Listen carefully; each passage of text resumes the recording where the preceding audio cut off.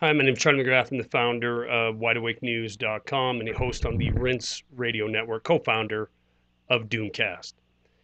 I just finished an RT interview, and of course the topic was Ukraine and what's happening in the Ukraine. And I wanted to do a video directly after it because um, this subject I don't think can be summarized in a 5-minute RT interview, and it can't be summarized in a 5-minute commentary video, but it is of the most paramount importance that you understand why and the how and the who of Ukraine, because it's going to be the next sandbox that we're thrown into for patriotic fervor.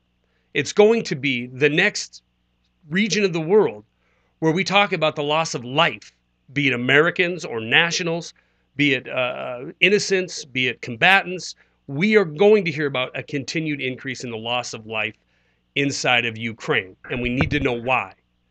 And I think a lot of people that watch this channel, that follow independent media, understand this.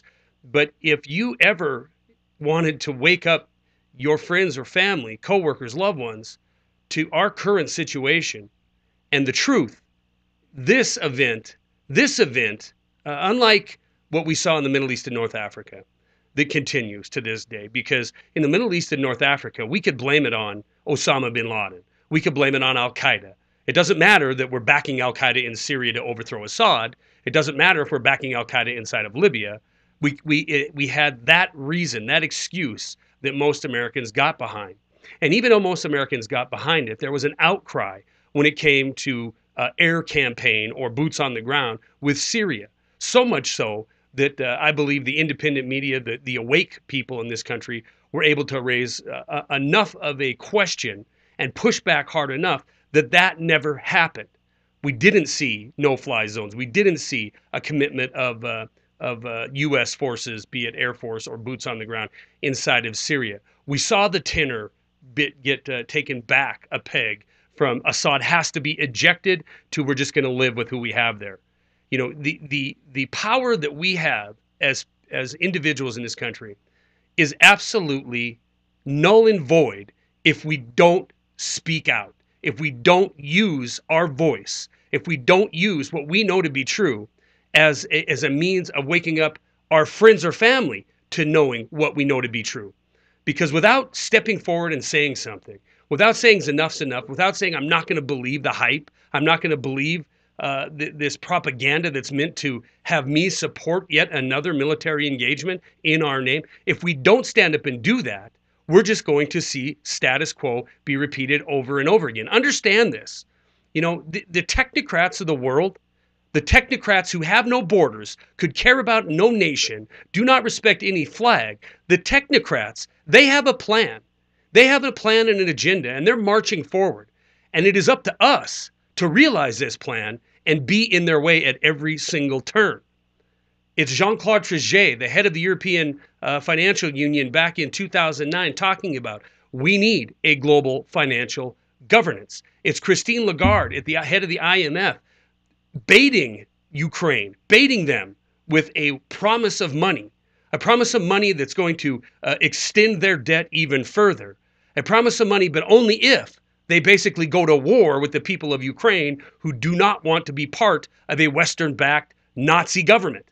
This is the kind of technocrats that are imposing their will throughout Europe and here in the United States and globally, for that matter.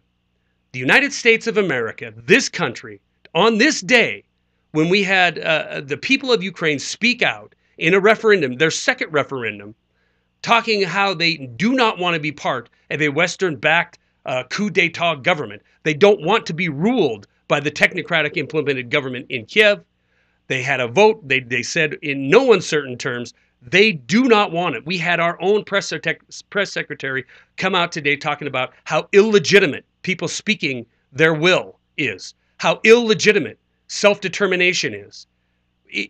We have flipped the script in this nation. Up is down, black is white, in is out. And we got to understand something, that when these people talk, like the video I put out last night, the WTF did they say? When you have Hillary Clinton talking about we came, we saw, he died. When you have Sarah Palin talking about waterboarding is baptism for terrorists. When you have the recycled, rehashed John McCain coming out about talking about preemptively bombing nations because they potentially could be a threat somewhere down the road. When this is the tone of Washington, D.C., when this is the people put before the cameras that are supposed to exude the American ideals, we are in big, big trouble. What happened inside Ukraine? Why should we care? I'm going to get to the why should we care first.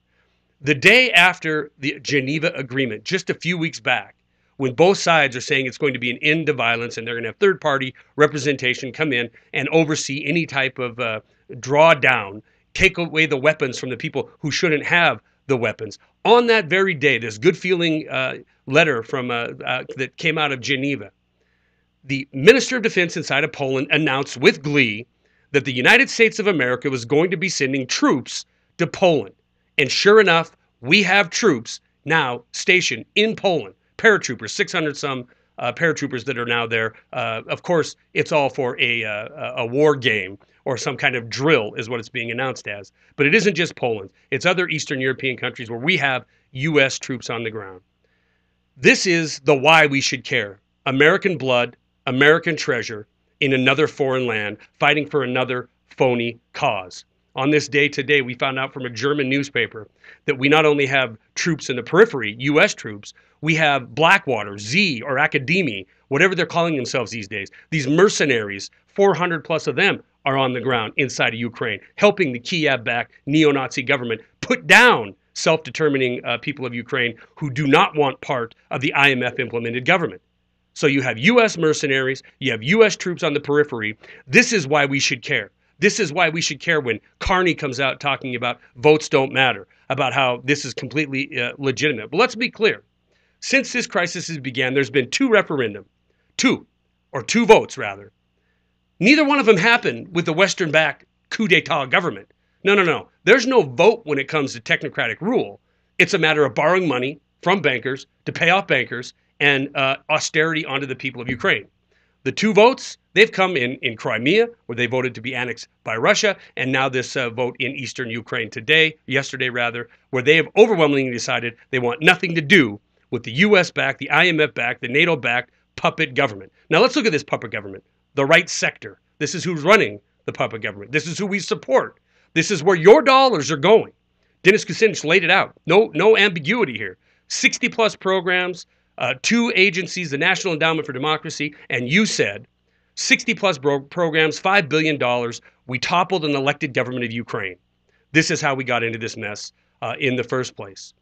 So we have a coup d'etat government in Kiev that is made up of this right sector. The right sector is a neo-Nazi organization. I'm not mincing words because I don't need to mince words. They're neo-Nazis, right? The Jews in Odessa, they're leaving because they've seen this kind of thing before.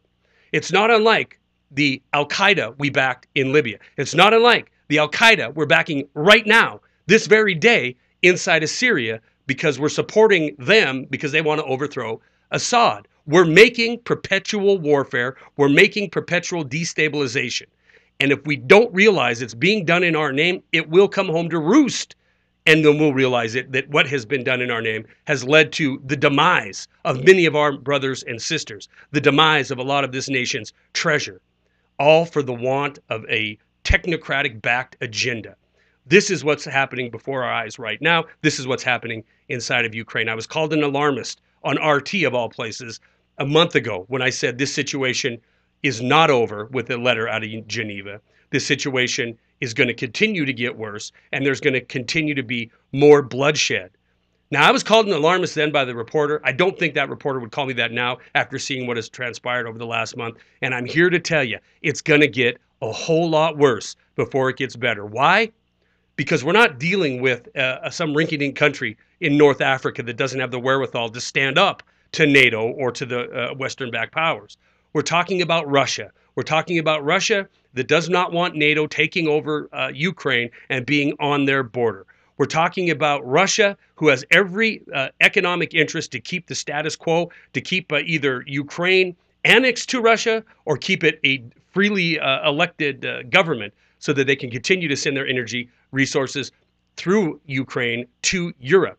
This same Russia, this same closest thing there is to a superpower outside of the United States, is having nothing to do with this IMF Western-backed coup, and they're having nothing to do with the propaganda coming out of Washington, D.C.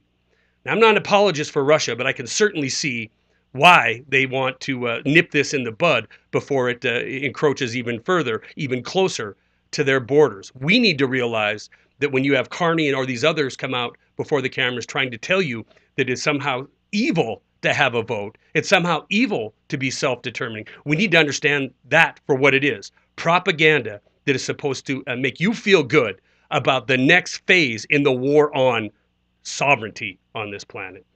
Stories are attached.